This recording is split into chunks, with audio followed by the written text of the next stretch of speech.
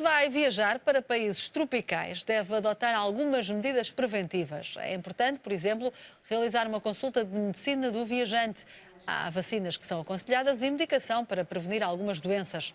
No regresso da viagem, deve também ir a uma consulta de seguimento para despiste de possíveis infecções.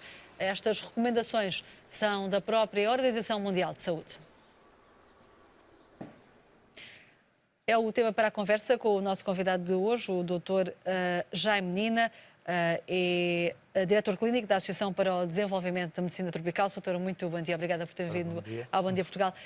Começando pelos países, quais são, digamos assim, para facilitar, os países mais perigosos em termos de viagem e de doenças que possamos contrair?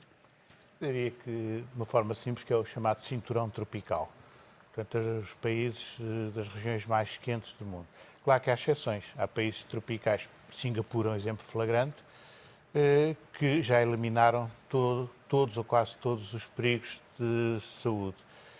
Quais são as doenças mais prevalentes ainda nesse tal grupo de risco que referiu?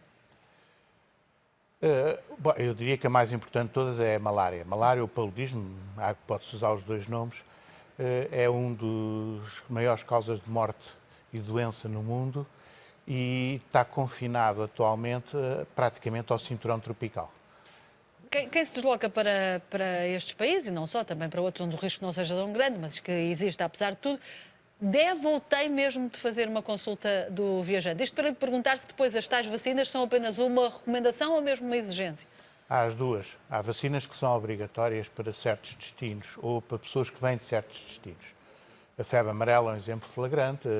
A encefalite japonesa é obrigatória para alguns países, a vacina da cólera é obrigatória para outros países, a vacina das meningites pode ser obrigatória para outros países.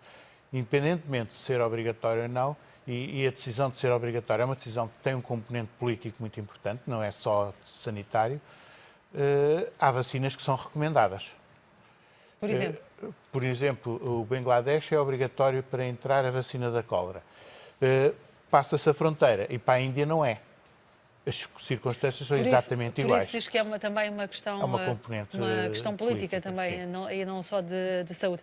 O número de casos, também com uma maior abertura das fronteiras, não necessariamente para estes países que estamos a falar, mas tem aumentado o número de casos de doenças que passam de uns países para outros, digamos assim? Sim, sim. Nós tivemos um exemplo muito flagrante em Portugal, que foi o surto de dengue na Madeira, que era uma doença que era suposto ser tropical, que foi importada e pronto, explodiu e foram 2.300 casos aproximadamente.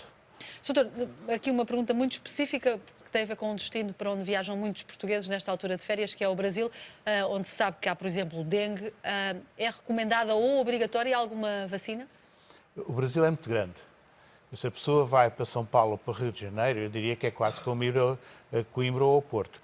Agora, se a pessoa vai para a Amazónia ou para o Pantanal, aí há uma série de precauções que deve tomar. Primeiro que tudo contra a malária, mas também para a febre amarela, para o dengue, etc.